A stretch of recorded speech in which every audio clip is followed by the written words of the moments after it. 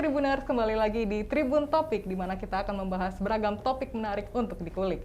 Kali ini bersama saya Elsa Elingtias, dan siapa dari Tribuners yang mungkin pegiat olahraga atau mungkin resolusinya di tahun ini, di tahun 2022, pengen banget lebih banyak meluangkan waktu untuk berolahraga. Nah, daripada kita banyak tanya atau wondering kira-kira olahraga apa atau enggak, kegiatan-kegiatan olahraga apa aja yang ada di Semarang, Elsa sudah bersama dengan narasumber yang spesial banget hari ini, yaitu Pak Arnas Agung Andrarasmara. Halo Pak. Selamat. Iya, masih siang ya ini. Selamat Mbak siang. Elsa, terima kasih hadir. Iya. Diundang hadir di sini. Iya, kita yang seneng manggilnya Pak Arnas atau Mas nih anaknya nih. Ini siang Mas aja. Oh gitu ya, kalau siang Mas. Baik. Mas Arnas nih sebagai Ketua KONI Semarang ya. Buat Tribuners yang belum tahu nih, KONI itu kepanjangnya Komite Olahraga Nasional Indonesia. Khususnya ini yang di Kota Semarang ya. Semarang. Karena KONI ada banyak, nggak cuma di Semarang aja ya. Ya, seluruh Indonesia. Dari kota, kabupaten, provinsi sampai pusat. Wow, itu lengkap banget ya itu ya. Nah, kita bakal kepo-kepo nih Tribuners tentang gimana sih kegiatan atau mungkin prestasi olahraga yang ada di Kota Semarang khususnya. Kita mungkin boleh diceritakan terlebih dahulu KONI di Semarang ini khususnya kegiatannya apa aja sih? Oke, Mbak Elsa, terima kasih. Ini boleh dibuka dulu ya? Sebelum mulai, Tribuners ini disclaimer dulu ya. Kita sudah tes antigen dan sudah dinyatakan negatif, jadi monggo kalau misalnya mau buka masker. Ya. Biar kelihatan gitu ya, cantik gantengnya. Nggak bisa bernafas. Oh, itu juga, itu yang paling penting. Jadi KONI Kota Semarang itu seperti, kalau saya mengibaratkan, seperti induk olahraganya, cabang olahraga yang ada di Kota Semarang khususnya. Ada sekitar, sekarang itu kalau nggak salah ada sekitar 53 cabang olahraga. Kalau sekarang namanya bukan cabur ya, namanya IOCO. Tugasnya KONI Kota Semarang itu adalah bagaimana membina para cabur itu, para atlet, para pelatih dan memberikan bantuan dalam semua kegiatan-kegiatan yang mereka lakukan, khususnya di cabang olahraga prestasi. Nah, ini intinya prestasi. Ini harus saya garis bawahi dulu, prestasi. Jadi memang KONI ini adalah induk cabang olahraga yang membawai cabang-cabang olahraga yang mempunyai atlet yang memang arahnya sudah ke arah prestasi, baik itu Porprov, baik itu PON maupun SEA Games, Olimpiade, semuanya pokoknya arahnya sudah prestasi. Berarti lebih terfokus gitu ya? Ya, bukan olahraga rekreasi. Oke. Jadi lebih dikhususkan seperti itu ya? Ya benar, Mbak Elsa. Nah, tapi kalau Mas Arnas nih, untuk KONI itu sendiri kondisinya di Kota Semarang seperti apa? Mungkin bisa diceritakan? Kondisinya baik-baik saja. Baik-baik saja, sehat walafiat. Ya, jadi ya sebenarnya saya ini kan berapa tahun ya? Berarti sudah 3 tahun. Oh, oke. Baru 3 tahun saya menjadi Ketua KONI Kota Semarang. Sebelumnya saya juga sudah giat di olahraga memang. Kemarin diberi amanah 3 tahun yang lalu menjadi Ketua KONI Kota Semarang. Saya dan bersama teman-teman di kepengurusan baru ini memperbaiki apa yang kurang di sebelumnya gitu kan, mempertahankan apa yang baik di sebelumnya. Tapi pada prinsipnya adalah Mbak Elsa, kita ini kalau bicara, jadi resultnya sebuah organisasi KONI itu kan sebenarnya apa sih? Prestasi. Outputnya ya? Outputnya tuh, resultnya tuh kita merencanakan anggaran apa, mendidik membimbing para atlet, pelatih, itu resultnya prestasi. Nah, konteksnya adalah menuju prestasi itu menurut saya, dan waktu itu juga menurut teman-teman kita sepakat bahwa kalau tidak dilandasi sebuah infrastruktur organisasi yang profesional, kayaknya percuma nih. Ibaratnya kita cuman heboh di misalnya ada pekan olahraga provinsi atau pekan olahraga nasional, ya kita cuman akhirnya kelas-kelas lokal saja. Tapi begitu kita sudah masuk ke tingkat internasional, kayaknya kita agak ya sedikit berkurang gitu kan. Jadi bahasanya adalah kuncinya kalau kita ingin melangkah untuk menuju prestasi, ya kita benahi dulu infrastruktur organisasi secara profesional. Itu intinya seperti itu sebenarnya. Wadahnya dulu yang harus kuat ya, seperti harus itu profesional dulu. Tuh. Ya ibaratnya Mbak Elsa mau jadi pengusaha misalnya kan tetap infrastruktur organisasinya perusahaannya kan harus diperbaiki dulu, dikuatkan dulu dan lain-lain. Kira-kira begitu. Oke. Ngomong-ngomong soal prestasi nih, seperti tadi yang sudah sempat disebutkan, itu ada prestasi terbarunya ISO 9001. Itu mungkin bisa diceritakan, Oh iya. dan itu ISO 9001 itu apa sih gitu? Mungkin ada Tribuners yang belum tahu. Jadi tadi kan saya katakan bahwa bagaimana infrastruktur organisasinya itu lebih profesional. Karena KONI ini kan mendapatkan anggaran dari APBD, Mbak Elsa. Ini saya harus bicaranya pelan-pelan nih biar paham. Oke. Dari APBD dana pemerintah. Cukup besar, KONI Kota Semarang menurut saya cukup besar dibanding KONI kota kabupaten lain. Tapi Mbak Elsa, kalau sudah bicara mengenai olahraga, itu kayaknya mau dana 15 miliar, 20 miliar, 30 miliar, kayaknya nggak akan cukup. Karena aspek dari sisi olahraga agar atlet itu berprestasi itu macam-macam. Nggak hanya sekedar latihan, Betul. tapi ada vitamin, ada berapa kali mereka harus melakukan kejuaraan nih. Ibarat Mbak Elsa jadi atlet apa misalnya taekwondo, latihan terus nggak pernah bertanding gitu kan, katakanlah begitu. Terus belum kalau sekarang itu ada namanya sport science, itu lebih keren lagi kalau di Amerika.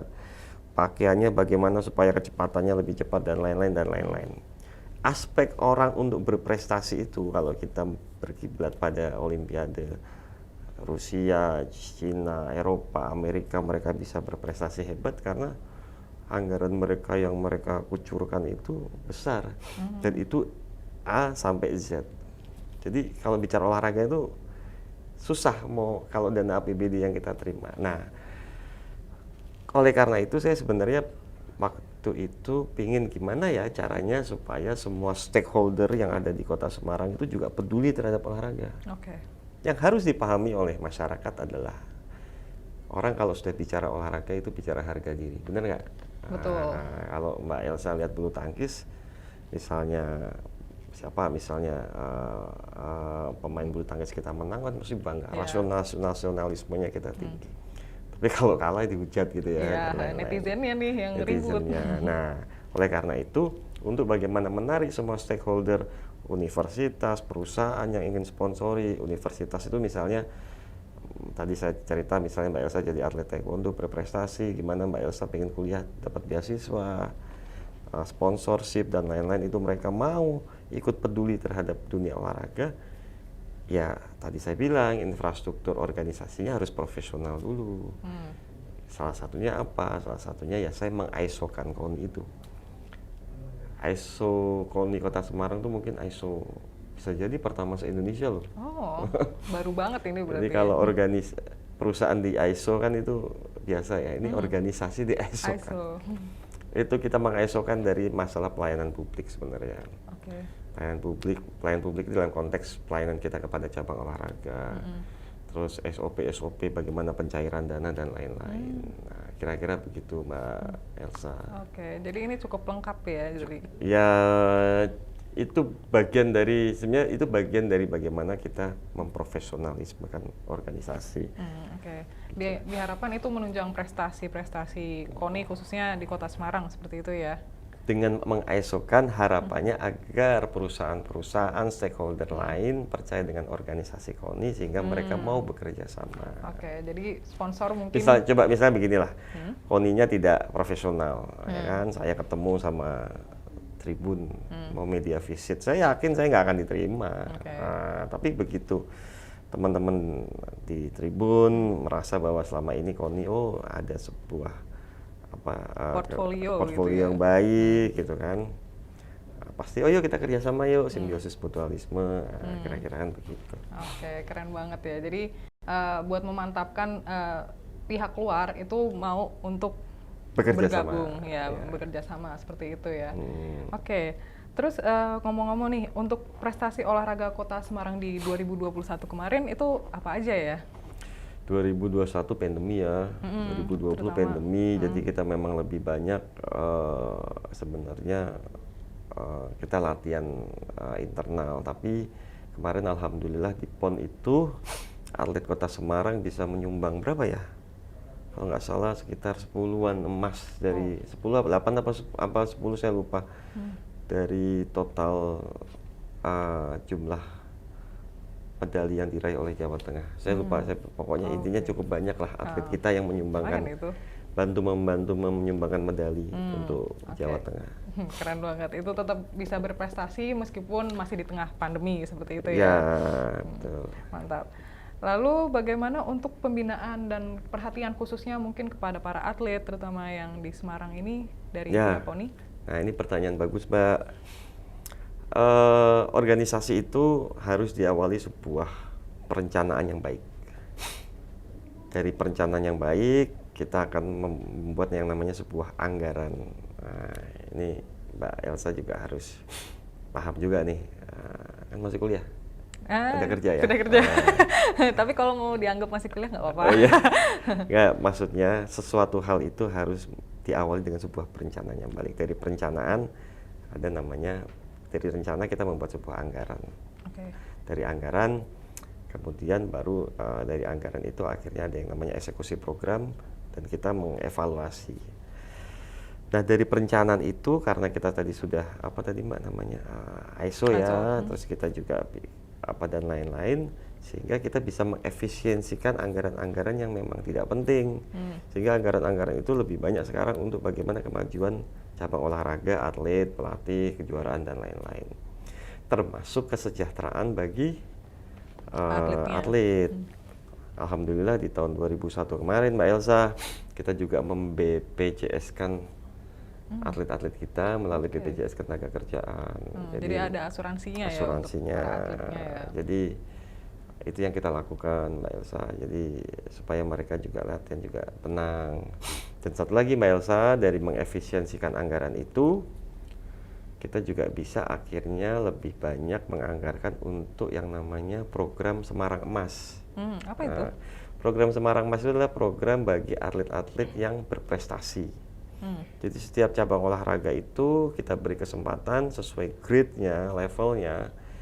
Mereka menyerahkan nama-nama atlet yang berpotensi mendapatkan emas di Pekan Olahraga Provinsi. Di situ mereka akhirnya mendapatkan dana insentif setiap bulan sesuai dengan grade-nya. Misalnya Pak Elsa ini kayaknya nanti berpotensi dapat emas, itu grade 1. Itu kita kasih berapa dananya. Oh yang B mungkin dapat perak, gitu kasih. Itu gunanya untuk apa sebenarnya dana itu? Untuk mereka beli vitamin, untuk mereka untuk bagaimana meningkatkan kebugaran mereka dan lain-lain. Itu tiap bulan kita kasih. Oh gitu ya. Kayak beasiswa ya. Itu sebenarnya program-program itu bisa terjadi karena ada sebuah efisiensi anggaran yang bisa kita alihkan untuk kesejahteraan para atlet. Oke. Jadi ini cukup menjanjikan ya untuk para atletnya, ini istilah kayak malah jadi dari atlet untuk atlet juga nanti jatuhnya. Jadi atlet untuk atlet. Bisa kan ya? Soalnya kan dibalikin lagi nanti bisa jadi vitamin atau mungkin jadi menutrisi para atletnya gitu untuk menunjang performanya lah di ajang-ajangnya. Ya, dan bentuk kepedulian KONI kepada para atlet yang berprestasi. Betul. Berarti KONI ini juga udah banyak mensupport para atlet khususnya tugas atlet. Itu tugas kita. Tugas kita memang mensupport para atlet yang berprestasi. Wah, keren banget. Ngomong-ngomong nih Mas Arnas. Mas Arnas ini kan kegiatannya banyak banget gitu. Mulai dari ketua KONI Kota Semarang, ketua Basnas, udah gitu pengurus HIPMI juga ya? Oh, HIPMI udah lewat lah. HIPMI udah zaman dulu lah. Sekarang di Kadin saya. Di Kadin. Justru dengan segala banyak aktivitas itu, gimana cara mengimbangi waktunya antara KONI dan berbagai kesibukan yang lain? Apalagi KONI juga malah lebih berprestasi gitu loh di beberapa tahun belakangan. Mungkin bisa share tipsnya. Ya sebenarnya jadi ya saya sih berorganisasi sejak lama ya. Dan alhamdulillah kalau saya menganggap berorganisasi ini amanah pokoknya, apa yang kita lakukan itu amanah. Dan niatnya harus baik. Jadi Elsa nih kalau mau masuk ke dalam sebuah organisasi pekerjaan, niatnya harus baik dulu, biar endingnya juga baik. Nah, saya tuh percaya bahwa organisasi itu yang kita bentuk adalah sistem. Jadi walaupun saya sekarang katakanlah ada 3-4 organisasi yang saya pimpin, tapi saya masih bisa menyempatkan waktu untuk bekerja, saya masih bisa menyempatkan waktu buat keluarga, karena sistem di organisasi ini sudah saya buat. Salah satunya adalah sebenarnya Mbak Elsa, kita ini memberdayakan semua orang yang ada di organisasi itu. Jadi jangan misalnya saya sebagai ketua KONI atau Kadin, terus yang muncul saya terus, yang meresmikan acara saya terus, yang buka. Tampil terus semua nih. diberikan sebuah kesempatan yang sama, sesuai ilmunya pastinya. Diberikan saya kok yakin ya semua orang tuh butuh narsis ya kayaknya. Oh iya, butuh sombong dikit. Bukan narsis, butuh aktualisasi diri. Aktualisasi diri. Itu kita lakukan tapi sesuai bidangnya. Kalau memang saya dipanggil menjadi narasumber apa yang itu tidak sesuai bidang saya juga tidak memaksa. Ya, saya berikan kepada wakil ketua saya atau siapa yang memang mereka lebih menguasai. Tapi pada dasarnya konteksnya adalah ada satu ilmu Mbak Elsa, bahwa kalau ingin jadi leader yang baik harus jadi namanya parenting leadership. Parenting leadership itu tidak hanya sekedar leader. Parenting leadership itu wong Jawa ki ngomongnya apa ya? Ngemong gitu ya. Mau dengerin. Orang tuh punya masalah didengerin aja udah suka. Udah seneng ya. Gitu kan. Syukur-syukur kita bisa memberikan solusi dan lain-lain. Ya bisa memberikan sebuah menjadi problem solving bagi teman-teman kalau kita memang bisa. Saya pikir kuncinya itu sih, sehingga organisasi ini jalan semuanya tanpa kita harus incar terus di dalam.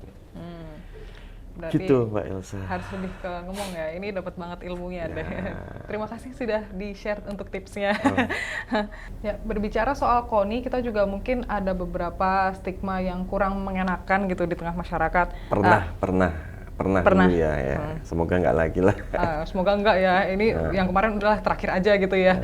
Nah, let the past be the past gitu ya. Tapi kalau untuk kedepannya nih, untuk merubah stigmanya itu sendiri, dari Mas Arnas triknya apa nih kira-kira? Ya memang stigma KONI ini kan organisasi yang kadang kok selalu negatif, penuh masalah dan lain-lain gitu kan. Bahasanya ngeri-ngeri sedep gitu kan. Waduh. Ya, makanya tadi kan saya sudah jelaskan Mbak Elsa bahwa yang kita lakukan adalah bagaimana infrastruktur profesionalisme dalam tubuh KONI ini harus baik, termasuk dalam hal masalah anggaran. Sebenarnya saya selalu mengatakan bahwa kita kan dapat dana hibah dari pemerintah ya. Saya selalu mengatakan ke teman-teman bahwa dana hibah itu sebenarnya bukanlah tujuan itu hanya sebuah instrumen untuk mencapai sasaran kita dalam program kerja yang tadi saya buat. Ada satu hal yang menurut saya yang bagus ya, yang selalu saya pegang, bahwa saat kita mendapatkan dana hibah itu money bukan ubah sebuah mindset bahwa money itu jangan follow function atau money follow organization, tapi dana hibah atau money yang tadi saya sebutkan harus follow yang namanya money follow program atau perencanaan. Makanya tadi kan saya sebutkan bahwa hal yang paling penting di awal dalam menyusun sebuah perencanaan itu organisasi adalah bagian perencanaan yang baik. Jadi dana yang kita dapat dari APBD itu harus benar-benar money follow program, bukan money follow function, tapi program. Programnya dari mana? Dari perencanaan yang kita buat. Oleh karena itu setiap renstra, ada namanya renstra. Renstra itu perencanaan strategis yang kita lakukan untuk menyusun program. Makanya saya bisa mengefisiensikan anggaran yang tidak baik, yang benar atau gimana. Itu kalau alhamdulillah zaman saya dan teman-teman pengurus, renstra ini bisa sehari semalam, Mbak. Wow, Renstra perencanaan itu nggak copy paste kegiatan sebelumnya, di copy paste, ya? Copy paste. Benar-benar kegiatan itu harus efektif, efisien. Kalau kegiatannya ada yang sama dengan bidang lain, saya coret. Nah, jadi semua pengurus harus kreatif dan inovatif dalam membuat program dan harus efisien dalam membuat program. Harus sesuai lah ya. Jadi kata ibaratnya. kuncinya adalah bagaimana money follow program, bukan money follow organization atau function. Kira-kira begitu. Keren. Mbak Elsa. Keren. Terima kasih jawabannya, keren Ya, banget. sama-sama, Cukup menjawab. Oke, mungkin ini pertanyaan terakhir aja. Gimana sih harapan dari KONI untuk Pemkot Semarang nih? Mungkin ada harapan tertentu? Ya sebenarnya lagi-lagi Mbak Elsa bahwa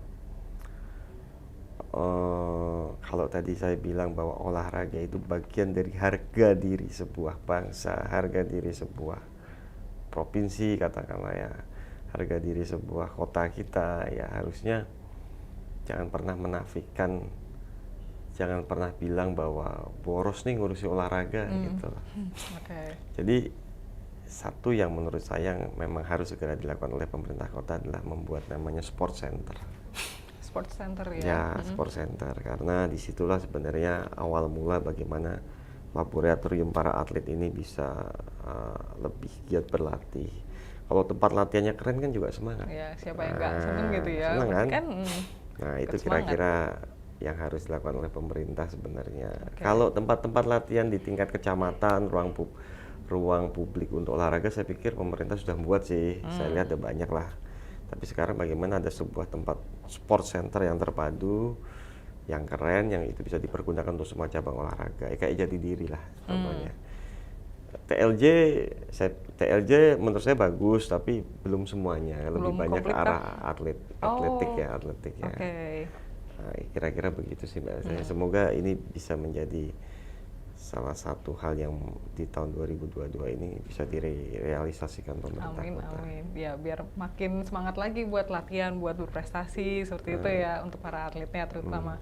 Nah, makasih banyak Mas Arnas. Sama-sama Mbak Elsa, Ini terima menyenangkan kasih. banget. Kita akhirnya bisa kepo tentang KONI khususnya Iya. di Kota Semarang seperti apa perkembangannya, atau mungkin beberapa tahun ini lagi fokus kemana sih seperti itu ya. oke. Sekian Tribuners untuk Tribun Topik kali ini. Jangan lupa untuk saksikan terus Tribun Jateng yang ada di channel YouTube kami dan juga Instagram dan juga Facebook. Saya Elsa Elintias pamit undur diri. Sampai jumpa.